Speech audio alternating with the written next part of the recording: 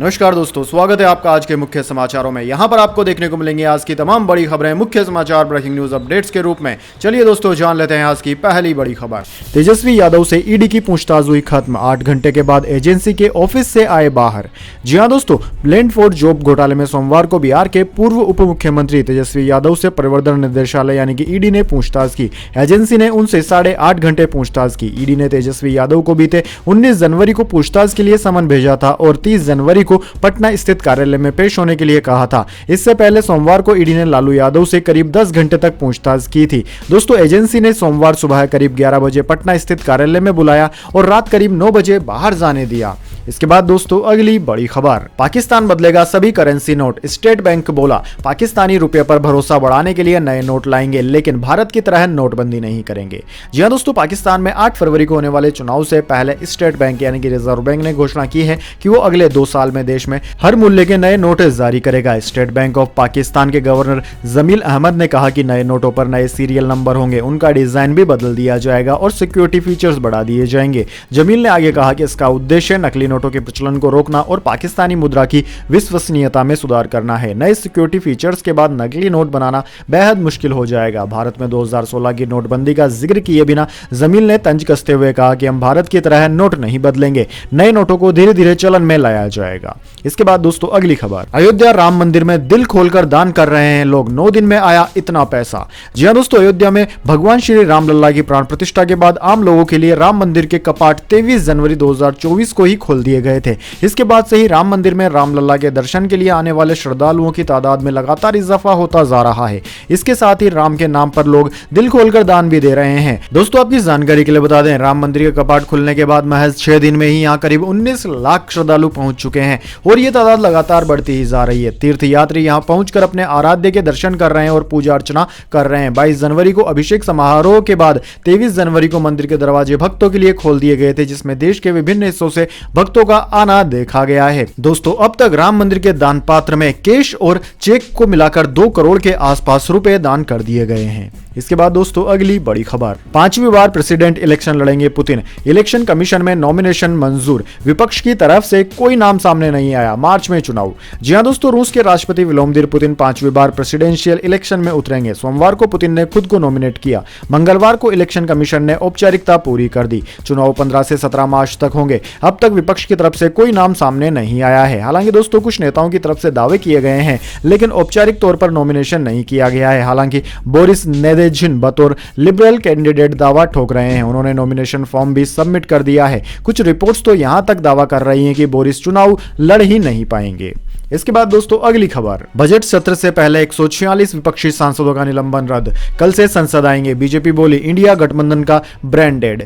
जी हां दोस्तों, संसद के शीतकालीन सत्र के दौरान सस्पेंड 146 सांसदों का निलंबन रद्द हो गया है। बजट सत्र से पहले हुई सर्वदलीय बैठक के बाद मंगलवार को केंद्रीय संसदीय कार्य मंत्री प्रहलाद जोशी ने यह जानकारी दी। जोशी ने कहा कि सरकार हर मुद्दे पर चर्चा के लिए तैयार है। हमने पहले ही कहा था, इंडिया गठबंधन केवल फोटो शूट है, गठबंधन की मौत तो करीब हो ही गई है, इसका ब्रांडेड है। कांग्रेस सांसद प्रमोद तिवारी ने मीडिया से बात करते हुए कहा कि सर्वदलीय बैठक में उन्होंने असम में राहुल गांधी की यात्रा पर हुए हमले और राज्य सरकार की तरफ से लगाए गए प्रतिबंधों का मुद्दा उठाया। साथ ही हेमंत सोरेन, लालू प्रसाद समेत विपक्षी नेताओं को निशाना बनाने के लिए ईडी और सीबीआई के दुरुपयोग का भी जिक्र किया। इसके बाद दोस्तों, अगली बड़ी खबर। न्यूरालिंक ने इंसानी दिमाग में चिप लगाई, मस्क बोले पैरालिसिस का मरीज चल फिर सकेगा, दृष्टिहीन देख पाएंगे। जी हां दोस्तों, टेस्ला के मालिक एलन मस्क के स्टार्टअप न्यूरालिंक ने इंसान के दिमाग में सर्जरी के जरिए चिप इंप्लांट की है। यह डिवाइस एक छोटे सिक्के के आकार की है जो ह्यूमन ब्रेन और कंप्यूटर के बीच सीधे कम्युनिकेशन चैनल बनाएगी। अगर ह्यूमन ट्रायल कामयाब रहा तो चिप के जरिए दृष्टिहीन लोग देख पाएंगे, पैरालिसिस के मरीज चल फिर सकेंगे और कंप्यूटर भी चला सकेंगे। कंपनी ने इस चिप का नाम लिंक रखा है। मस्क ने अपने एक्स पोस्ट में लिखा कि पहले इंसान में हमारी कंपनी न्यूरालिंक ने डिवाइस इंप्लांट की है। पेशेंट अच्छी तरह से रिकवर कर रहा है, शुरुआती रिजल्ट आशाजनक है। एलन मस्क ने एक अन्य रिपोर्ट में लिखा कि इस डिवाइस के जरिए आप सोचने मात्र से फोन, कंप्यूटर और उनके जरिए किसी भी अन्य डिवाइस को कंट्रोल कर पाएंगे। शुरुआती यूजर वो होंगे जिनके लिम्स यानी कि अंगों ने काम करना बंद कर दिया है। इसके बाद दोस्तों अगली खबर, 126 करोड़ की टी शर्ट, गहलोत सरकार की राजीव गांधी ग्रामीण शहरी ओलंपिक में घपला, भजन लाल सरकार कराएगी जांच। जी हां दोस्तों, राजस्थान के पूर्व मुख्यमंत्री अशोक गहलोत की एक और महत्वाकांक्षी योजना में घपले का आरोप लगाया गया है, जिस पर कैबिनेट मंत्री ने जांच कराने की बात कही है। मामला राजीव गांधी ग्रामीण शहरी ओलंपिक से जुड़ा हुआ है। इस खेलकूद प्रतियोगिता का आयोजन गहलोत सरकार के समय प्रदेश के अलग अलग जिलों में किया गया था। अब यह बात सामने आई कि इस प्रतियोगिता में करोड़ों रुपए का घपला हुआ। मंगलवार को विधानसभा में बसपा विधायक मनोज न्यांगली ने ग्रामीण ओलंपिक के आयोजन और इसमें खर्चों को लेकर सवाल उठाया। उन्होंने सनसनीखेज खुलासा करते हुए कहा कि इस टूर्नामेंट के लिए 126 करोड़ रुपए के टी शर्ट और निक्कर खरीदे गए। इसके बाद दोस्तों अगली खबर, सीएम की कुर्सी जाने के बाद अब भूपेश बघेल की विधायकी पर भी मंडराया खतरा, हाईकोर्ट ने थमाया नोटिस।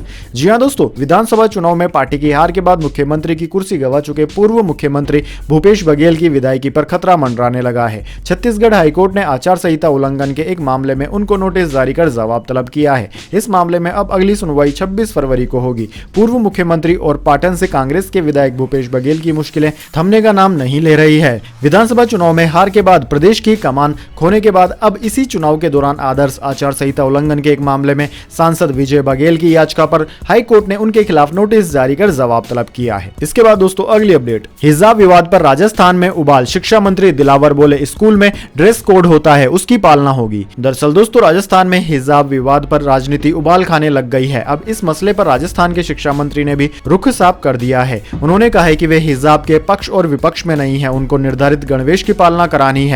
स्कूलों में निर्धारित गणवेश में आना होगा, नहीं तो शिक्षकों के द्वारा छात्राओं पर भी कार्रवाई होगी। दिलावर के इस बयान के बाद सूबे में इस मसले को लेकर बड़े राजनीतिक तूफान की आहट होने लग गई है। हिजाब विवाद के तूल पकड़ने के बाद आज शिक्षा मंत्री मदन दिलावर ने यह बयान दिया। उन्होंने ही कहा कि स्कूलों को ड्रेस कोड की पालना करवानी होगी। इसके साथ ही उन्होंने यह भी कहा डाला कि सरकार होती है, उसे अपने आदेशों की पालना करवाना आता है। इससे साफ है कि सूबे में स्कूलों में हिजाब के बैन के आसार बढ़ गए हैं। हिजाब विवाद बढ़ने के बाद शिक्षा मंत्री ने कल ही शिक्षा विभाग को निर्देश दे दिए थे कि वे हिजाब को लेकर अन्य राज्यों से स्कूलों के स्टेटस का पता लगाकर रिपोर्ट पेश करें।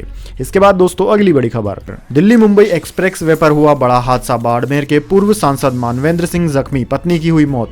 जी हां दोस्तों, राजस्थान में अलवर जिले के नौगांव थाना क्षेत्र में मंगलवार शाम को सड़क हादसे में बाड़मेर के पूर्व सांसद मानवेंद्र सिंह जसोल और उनका बेटा घायल हो गया, जबकि उनकी पत्नी की मौत हो गई है। पुलिस ने बताया है कि दिल्ली से जयपुर आ रहे सिंह की एसयूवी कार नौगांव के पास एक पुल की दीवार से टकरा गई, जिससे उसमें सवार सभी लोग घायल हो गए। पुलिस के अनुसार घायलों को अलवर के निजी अस्पताल ले जाया गया। मानवेंद्र सिंह पूर्व केंद्रीय मंत्री जसवंत सिंह के बेटे हैं। वहीं दोस्तों अलवर के सोलंकी अस्पताल के चिकित्सक विक्रांत सोलंकी ने बताया कि मानवेंद्र सिंह की पत्नी चित्रा सिंह को मृत घोषित कर दिया गया। उन्होंने बताया कि मानवेंद्र सिंह और उनके बेटे हमीर सिंह का इलाज चल रहा है। पुलिस के मुताबिक हादसे के बारे में मानवेंद्र सिंह के परिजनों को सूचित कर दिया गया है। इसके बाद दोस्तों अगली बड़ी खबर, राहुल गांधी बोले दबाव पड़ते ही नीतीश कुमार यू टर्न ले लेते हैं, तंज कसा, राजभवन में शॉल छोड़कर आते हैं, लेने जाते हैं तो राज्यपाल चौंक जाते हैं। दरअसल दोस्तों बिहार में कांग्रेस की भारत जोड़ो न्याय यात्रा के दूसरे दिन राहुल गांधी ने नीतीश कुमार पर अपनी चुप्पी तोड़ी। राहुल ने कहा कि नीतीश पर दबाव पड़ता है तो वो यू टर्न ले लेते हैं, वो शपथ लेते हैं तो खूब तालियां बजती है। नीतीश सीएम हाउस की ओर निकल जाते हैं,